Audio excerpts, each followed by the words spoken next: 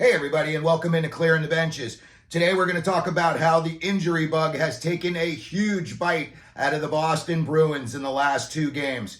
Against the Colorado Avalanche, defenseman Brandon Carlo suffered an injury and he's out for a few games. And then last night in the 4-3 overtime loss to the Arizona Coyotes, the Boston Bruins lost Matthew Poitras with looked like a shoulder injury after he had a collision with Sean Durzi early in the third period. He did not come back. I watched him skate off the ice, and it looked like your typical shoulder separation.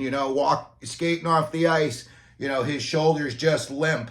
That's a big hole for them to fill. The kids really played well, 15 points in 30 games. So that's something they're going to need to fill that hole. And then midway through the overtime, Linus Ullmark reaches up to make a save. And when he did, it looked like he threw something out in his lower body because he went down like he got shot and he did not move for a little bit. I've got the whole overtime posted here at Clearing the Benches. So if you want to see everything that happened in that overtime, including Ullmark's injury from up close, definitely check it out at Clearing the Benches. Ullmark's injury, they had to bring in Jeremy Swayman. You're coming in ice cold. You've just sat on the bench for 63 minutes of a hockey game, and now they throw you in there literally with 2 minutes and 20 seconds left in the overtime.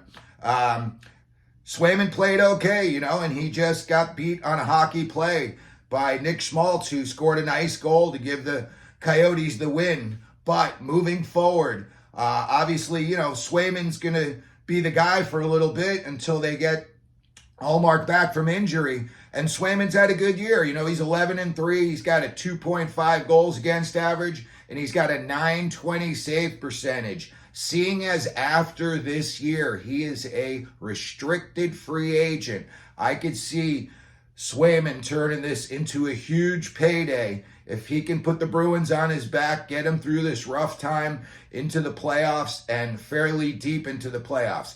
So in the meantime, what do the Bruins do to fill that goalie hole? Do they bring up Michael DiPietro from Providence, where he's 9-5?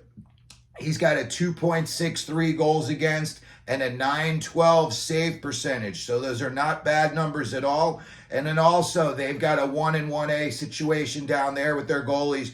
Brandon Bussey or Busey, I'm not sure how to pronounce that. I'm sorry if I'm butchering it. He is 10-6-3 down in Providence. He's got a 2.94 goals against, and he's got a .901 save percentage. So obviously the Bruins are going to have to make a move. Do they go internally and they bring somebody up from Providence, or do they go out into the trade market and join the other teams that we just talked about yesterday that need goaltenders if they're going to, really fulfill their prophecy of winning the Stanley Cup? So if you could, as always, like, subscribe. Let me know what you think in the comments section. Let me know if you think the Bruins are going to make a trade, if they'll just bring up one of these two kids we just mentioned from Providence, or if you think, they're just going to try to bring Swayman in, have one other guy come up, like I said, and just ride it out until they can get Ullmark back. So thanks again, everybody, for watching the Clearing Benches show. And as always, let them know you're out there.